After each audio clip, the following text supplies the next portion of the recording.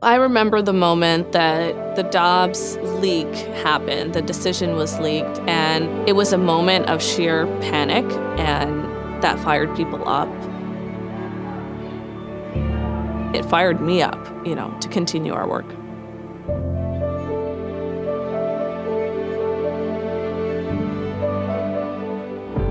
I bring my heart and soul to the law, especially to the work at the ACLU. I am a daughter of immigrants, and that really informed how I was raised and who I am today. I truly believe, and I think this is a value of the ACLU, is that we can't make systemic change in the way that we want to, doing it by ourselves. We have to work together. ACLU and Michigan Voices have been partners for a really long time. They are a dynamic group, Black-led organization that is truly living the movement and living their values. And so the ACLU Michigan Voices really integrated our work together on reproductive freedom. Prop 3 is the most inclusive law that we have to protect reproductive freedom. It protects the right to contraception, the right to infertility treatment, the right to miscarriage management, the right to be treated with dignity in childbirth, the right to have an abortion, and the right to parent your child.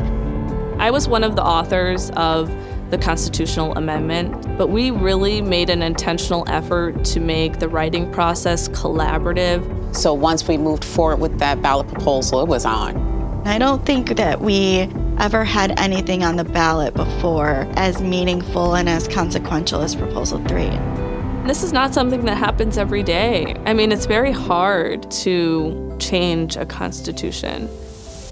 I became a citizen of the U.S. in 2021, and I never imagined that the first election I could be voting in was one where I could vote yes on a constitutional amendment that I wrote.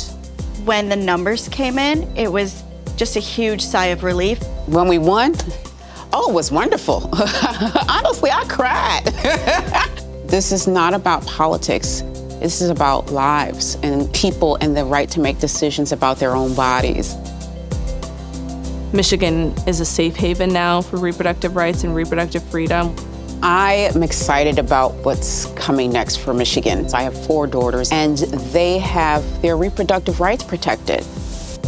We knew that we could now set the course, set the blueprint for other states to do the same. These are your fundamental rights that people are playing with.